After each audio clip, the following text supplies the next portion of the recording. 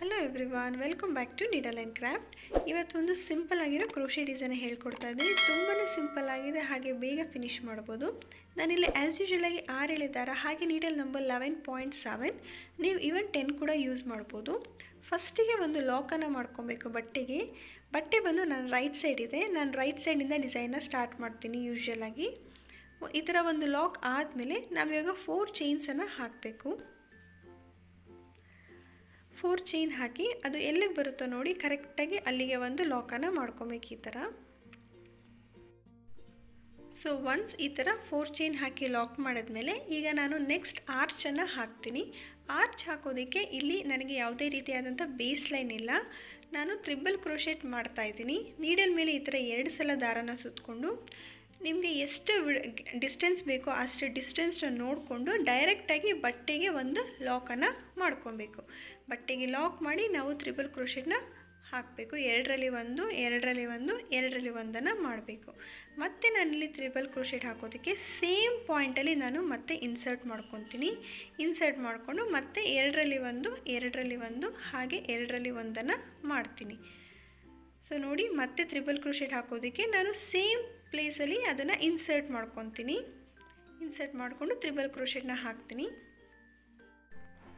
So ಇದೇ ಥರ ನಾನು ಸೇಮ್ ಗ್ಯಾಪಲ್ಲಿ ನೀಡಲ್ನ ಇನ್ಸರ್ಟ್ ಮಾಡಿ ನಂಬರ್ ಆಫ್ ಟ್ರಿಬಲ್ ಕ್ರೋಶೆಟ್ಸ್ನ ಹಾಕ್ತೀನಿ. ಸ್ಟಾರ್ಟಿಂಗ್ ಒಂದು 2 ಸಲ ಟ್ರಿಬಲ್ ಕ್ರೋಶೆಟ್ ಹಾಕಿದಾಗ ಕಷ್ಟ ಅನಿಸುತ್ತೆ. ಅದಾದಮೇಲೆ ಆಟೋಮೆಟಿಕ್ಕಾಗಿ ನಮಗೆ ಅಲ್ಲಿ ಒಂದು ಗ್ಯಾಪ್ ಫಾರ್ಮ್ ಆಗಿರುತ್ತೆ. ನಾನು ಆ ಗ್ಯಾಪಲ್ಲಿ ನೀಡಲ್ನ ಈ ಥರ ಇನ್ಸರ್ಟ್ ಮಾಡಿಕೊಂಡು ಪ್ರತಿಯೊಂದು ಟ್ರಿಬಲ್ ಕ್ರೋಶೆಟ್ನು ಅದೇ ಗ್ಯಾಪಲ್ಲಿ ನೀಡಲ್ನ ಇನ್ಸರ್ಟ್ ಮಾಡಿ ನಾನು ಈ ಥರ ಹಾಕ್ತಾ ಬರ್ತೀನಿ. ಹಾಗಾಗಿ ನಮಗೆ ಇಲ್ಲಿ ಫಸ್ಟ್ ಸ್ಟೆಪ್ ಕಂಪ್ಲೀಟಾಗಿ ಸ್ಕಿಪ್ ಆಗುತ್ತೆ. ಏನಂತ ಹೇಳಿದ್ರೆ, ನಾವು ಆರ್ಚಸ್ ಎಲ್ಲ ಹಾಕೋದಕ್ಕೆ ಬೇಸ್ ಲೈನ್ ಏನು ವರ್ಕ್ ಮಾಡ್ತೀವಿ, number of chains hockey lock ಮಾಡ್ತೀವಲ್ಲ, ಆ ಸ್ಟೆಪ್ ಕಂಪ್ಲೀಟಾಗಿ ಸ್ಕಿಪ್ ಆಗುತ್ತೆ. ನಮಗೆ ಅಲ್ಲಿ ಟೈಮ್ ಸೇವ್ ಆಗೋದ್ರಿಂದ ನಾವು ಈ ಡಿಸೈನ ಸ್ವಲ್ಪ ಬೇಗನೆ ಫಿನಿಶ್ ಮಾಡ್ಕೊಬೋದು. ಇನ್ ಟೋಟಲ್ ಆಗಿ ನಾನಿಲ್ಲಿ 10 ಟ್ರಿಬಲ್ ಕ್ರೋಶೆಟ್ನ ಹಾಕಿದ್ದೀನಿ. ಇನ್ ಕೇಸ್ ನಿಮಗೆ ಆರ್ಚ್ ಬಿಡ್ತು ಬಂದು ಇನ್ನೂ ದೊಡ್ಡದು ಬೇಕು ಅಂತ ಹೇಳಿದ್ರೆ ನೀವು ನಂಬರ್ ಆಫ್ ಟ್ರಿಬಲ್ ಕ್ರೋಶೆಟ್ನ ಅಲ್ಲಿ ಇನ್ಕ್ರೀಸ್ ಮಾಡ್ಕೊಳ್ಳಿ. Either 12 or 14 according to your wish. ಇಲ್ಲ ಇನ್ನೂ ಚಿಕ್ಕದು ಬೇಕು ಅಂತ ಹೇಳೋರು ಅಲ್ಲೂ ಕೂಡ ನೀವು ಡಿಕ್ರೀಸ್ ಮಾಡ್ಕೊಬೋದು. ಸೊ ಈ ಥರ ನೀವು ವೇರಿಯೇಷನ್ಸ್ನ ಮಾಡಿಕೊಂಡು ನಿಮಗೆ ಯಾವ ಥರ ಬೇಕು ಡಿಸೈನ್ನ ಆ ಥರ ಡಿಸೈನ್ನ ಮಾಡ್ಕೊಳ್ಳಿ. ಬಟ್ ನಾನಿಲ್ಲಿ ತೋರಿಸ್ತಾ ಇರೋದು ಬಂದು ಬೇಸಿಕ್ ಡಿಸೈನ್. ಸೊ ಇದನ್ನು ಬೇಸಾಗಿ ಇಟ್ಕೊಂಡು ನೀವು ಯಾವ ಥರ ಬೇಕೋ ಆ ಥರ ಆಲ್ಟ್ರೇಷನ್ಸ್ನ ಮಾಡಿಕೊಂಡು ನೀವು ಡಿಸೈನ್ನ ಹಾಕೊಬೋದು. ಇಲ್ಲಿ ನಾನು ಲಾಸ್ಟ್ ಟ್ರಿಬಲ್ ಕ್ರೋಶೆಟ್ನ ಹಾಕಿದ್ದೀನಿ. ಸೊ ನೋಡಿ, ಆರ್ಚ್ ಈ ಥರ ಕಾಣ್ತಾ ಇದೆ ಕಂಪ್ಲೀಟ್ ಆದಮೇಲೆ. ಈಗ ಬಟ್ಟೆಗೆ ಒಂದು ಲಾಕನ್ನು ಮಾಡ್ಕೊಳ್ಳೋಣ. ನೋಡಿ, ಆರ್ಚ್ ಹಾಕೋದಕ್ಕೆ ನಾವು ಫಸ್ಟಲ್ಲಿ ಎಷ್ಟು ಡಿಸ್ಟೆನ್ಸ್ ತೊಗೊಂಡಿದ್ವು, ಸೊ ಸೇಮ್ ಡಿಸ್ಟೆನ್ಸ್ಗೆ ಮತ್ತೆ ನಾವು ಆರ್ಚನ್ನು ಎಂಡ್ ಮಾಡೋದಕ್ಕೆ ಬಟ್ಟೆಗೆ ಒಂದು ಲಾಕನ್ನು ಮಾಡ್ಕೊಬೇಕು. ಅಷ್ಟೇ ಡಿಸ್ಟೆನ್ಸ್ ಕೊಟ್ಟು ಲಾಕನ್ನು ಮಾಡಿಕೊಂಡಾಗ ಆರ್ಚ್ ಈ ಥರ ಕಾಣುತ್ತೆ. ಇದಾದಮೇಲೆ ಇವಾಗ ನಾನು 4 ಚೈನ್ಸನ್ನು ಹಾಕ್ಕೊತೀನಿ. 4 ಚೈನ್ಸ್ ಹಾಕಿ ಅದು ಎಲ್ಲಿಗೆ ಬರುತ್ತೋ ನೋಡಿ ಅಲ್ಲಿಗೆ ಒಂದು ಲಾಕನ್ನು ಮಾಡ್ಕೊಳ್ಬೇಕು. ಸೊ ಒನ್ಸ್ ಲಾಕ್ ಆದಮೇಲೆ ಈಗ ಮತ್ತೆ ನಾವು ಟ್ರಿಬಲ್ ಕ್ರೋಶೆಟ್ಸ್ನ ಹಾಕೋಣ. ಆರ್ಚ್ ಕೂಡ ಎಲ್ಲ ಆರ್ಚು ಸೇಮ್ ಡಿಸ್ಟೆನ್ಸ್ ಬರೋ ಹಾಗೆ ನೋಡಿಕೊಂಡು ನಾವು ಆರ್ಚನ್ನು ಹಾಕ್ಕೊಬೇಕು. ಫಸ್ಟ್ ಆರ್ಚ್ಗೆ ನಾವು ಏನು ಡಿಸ್ಟೆನ್ಸ್ ತೊಗೊಂಡಿದ್ವೋ ಅದೇ ಡಿಸ್ಟೆನ್ಸ್ನ ನಾವು ಪ್ರತಿಯೊಂದು ಆರ್ಚ್ಗೂ ಮೇಂಟೈನ್ ಮಾಡ್ತಾ ಬರಬೇಕು. ಆವಾಗ ಆರ್ಚ್ ಈವನ್ ಆಗಿ ಬರುತ್ತೆ. ಸೊ ಇದೇ ಥರ ನಾವು ಎಲ್ಲ ಆರ್ಚ್ಗೂ ಸೇಮ್ ಪಾಯಿಂಟಲ್ಲಿ ನೀಡಲ್ನ ಇನ್ಸರ್ಟ್ ಮಾಡಿ ನಂಬರ್ ಆಫ್ ಟ್ರಿಬಲ್ ಕ್ರೋಶೆಟ್ಸ್ನ ಹಾಕಿ ಕಂಪ್ಲೀಟ್ ಮಾಡ್ಕೊಬೇಕು. ನೀವು ಈವನ್ ಟ್ರಿಬಲ್ ಕ್ರೋಶೆಟ್ ಬದಲಿಗೆ ಡಬಲ್ ಕ್ರೋಶೆಟ್ ಕೂಡ ಹಾಕ್ಬೋದು. ಅದು ಡಿಸೈನ್ ತುಂಬ ಚೆನ್ನಾಗಿ ಕಾಣುತ್ತೆ. ಅಲ್ಲಿ ನಿಮಗೆ ಇನ್ನೂ ಟೈಮ್ ಸ್ವಲ್ಪ ಸೇವ್ ಆಗುತ್ತೆ. ಇದೇ ಥರ ನಾನು ಎಲ್ಲ ಆರ್ಚನ್ನು ಕಂಪ್ಲೀಟ್ ಮಾಡಿ ತೋರಿಸ್ತೀನಿ. ಇದಾದಮೇಲೆ ನೆಕ್ಸ್ಟ್ ಸ್ಟೆಪ್ ಹೇಗೆ ಮಾಡೋದು ಅಂತ ನೋಡೋಣ.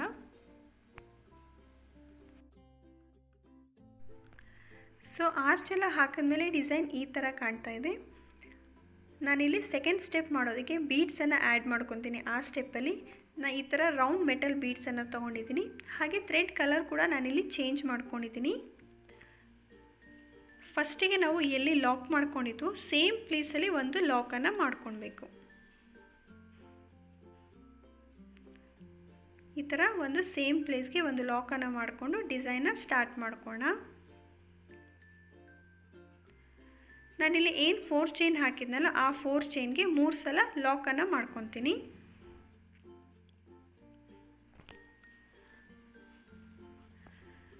ಈ ಥರ 3 ಲಾಕ್ಸ್ ಆದಮೇಲೆ ಈಗ ಬೀಡನ್ನು ಆ್ಯಡ್ ಮಾಡ್ಕೊಬೇಕು. ಫಸ್ಟಿಗೆ ಒಂದು ಬೀಡನ್ನು ನಾನು ಇನ್ಸರ್ಟ್ ಮಾಡ್ಕೊತೀನಿ ಥ್ರೆಡ್ ಒಳಗೆ.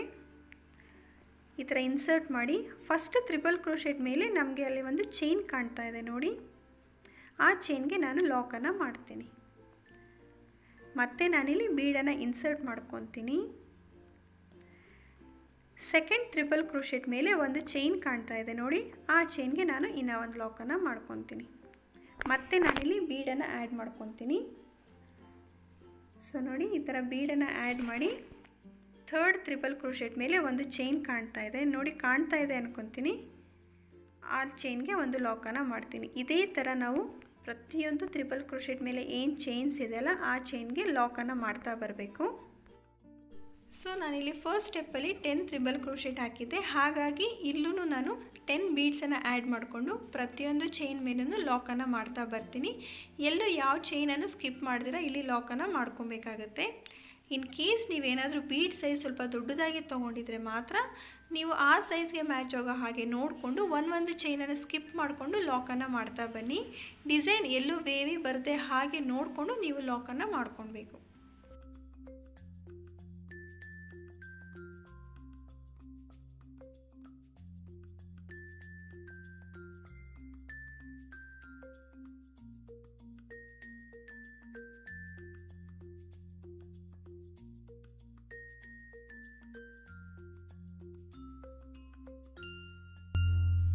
ಸೊ ನೋಡಿ ಬೀಡೆಲ್ಲ ಆ್ಯಡ್ ಮಾಡಿದ್ಮೇಲೆ ಡಿಸೈನ್ ಈ ಥರ ಕಾಣ್ತಾ ಇದೆ.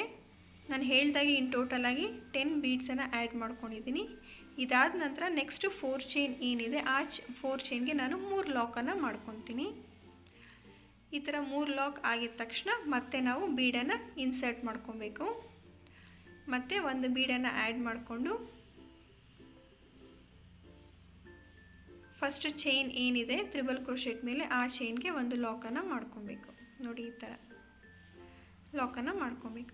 ಇದೇ ಥರ ನೀವು ಮಾಡ್ತಾ ಬಂದರೆ ನಿಮಗೂ ಕೂಡ ಆರ್ಚ್ ಇಷ್ಟೇ ಕ್ಲೀನಾಗಿ ಫಿನಿಶಿಂಗ್ ಬರುತ್ತೆ, ಎಲ್ಲೂ ಫೋಲ್ಡಿಂಗ್ ಬರ್ತೀರಾ ಕ್ಲೀನಾಗಿ ಮಾಡ್ಬೋದು. ಸೊ ಸೇಮ್ ಸ್ಟೆಪ್ಪನ್ನೇ ನೀವು ಫಾಲೋ ಮಾಡಿ, ನಾನೇನು ತೋರಿಸಿದ್ನೋ ಅದೇ ಸ್ಟೆಪ್ಪನ್ನು ಇದೇ ಥರ ಎಲ್ಲ ಆರ್ಚ್ಗೂ ಬೀಡನ್ನು ಆ್ಯಡ್ ಮಾಡಿ ಕಂಪ್ಲೀಟ್ ಮಾಡಿ ತೋರಿಸ್ತೀನಿ, ಹೇಗೆ ಕಾಣುತ್ತೆ ಅಂತ ನೋಡೋಣ.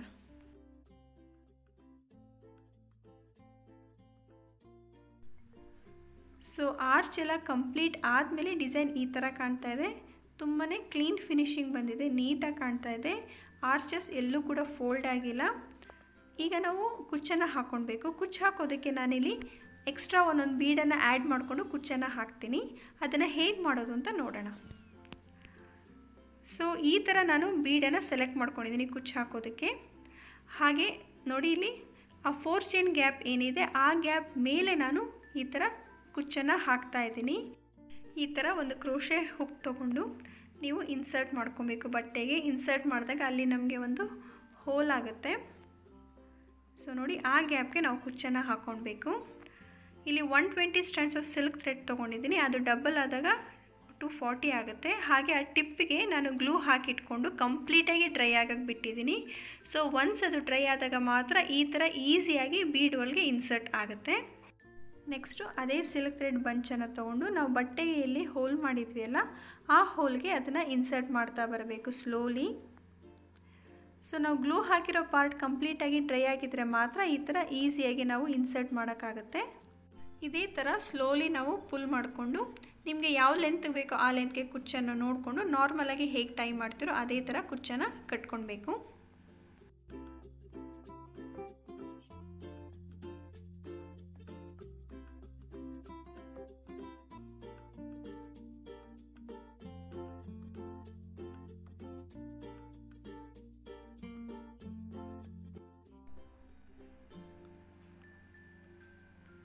ಇದಾದಮೇಲೆ ನಿಮಗೆ ಕುಚ್ಚು ಯಾವ ಲೆಂತ್ಗೆ ಬೇಕೋ ಆ ಲೆಂತ್ಗೆ ನೋಡಿ ಅದನ್ನು ಟ್ರಿಮ್ ಮಾಡ್ಕೊಳ್ಳಿ ಕ್ಲೀನಾಗಿ. ಈ ಥರ ಕಾಣ್ತಾ ಇದೆ. ನಾನು ಇದೇ ಥರ ಎಲ್ಲ ಕುಚ್ಚನ್ನು ಹಾಕಿ ತೋರಿಸ್ತೀನಿ, ಅದಾದಮೇಲೆ ಹೇಗೆ ಕಾಣುತ್ತೆ ಅಂತ ನೋಡೋಣ. ಸೊ ಫೈನಲ್ ಲುಕ್ ಈ ಥರ ಇದೆ, ತುಂಬಾ ಚೆನ್ನಾಗಿ ಕಾಣ್ತಾ ಇದೆ. ನಾವು ಕುಚ್ಚು ಹಾಕಿರೋ ಜಾಗಕ್ಕೆ ಬೀಡ್ ಹಾಕಿದ್ದೀವಲ್ಲ ಅದು ಬೇಡ ಅಂತ ಹೇಳಿದ್ರೆ ಕಂಪ್ಲೀಟಾಗಿ ಅದನ್ನು ಸ್ಕಿಪ್ ಮಾಡಿ ನಾರ್ಮಲಾಗಿ ಹೇಗೆ ಕುಚ್ಚು ಕಟ್ತೀರೋ ಅದೇ ಥರ ಮಾಡ್ಕೊಳ್ಬೋದು. ನೀವು ಸಹ ಇದನ್ನು ಟ್ರೈ ಮಾಡಿ ಹೇಗೆ ಅನ್ನಿಸ್ತು ಅಂತ ಹೇಳಿ. ಈ ಡಿಸೈನ್ ಇಷ್ಟ ಆಗಿದ್ದಲ್ಲಿ ಲೈಕ್ ಮಾಡಿ, ಶೇರ್ ಮಾಡಿ, ಹಾಗೆ ಕಮೆಂಟ್ ಮಾಡಿ. ಇನ್ನೂ ನಮ್ಮ ಚಾನಲ್ನ ಸಬ್ಸ್ಕ್ರೈಬ್ ಮಾಡದೆ ಹಾಗೆ ನೋಡ್ತಾ ಇದ್ದರೆ ಪ್ಲೀಸ್ ನಮ್ಮ ಚಾನಲ್ನ ಸಬ್ಸ್ಕ್ರೈಬ್ ಮಾಡಿ. ನೆಕ್ಸ್ಟ್ ವೀಡಿಯೋಲಿ ಸಿಗ್ತೀನಿ. Until then take care and bye.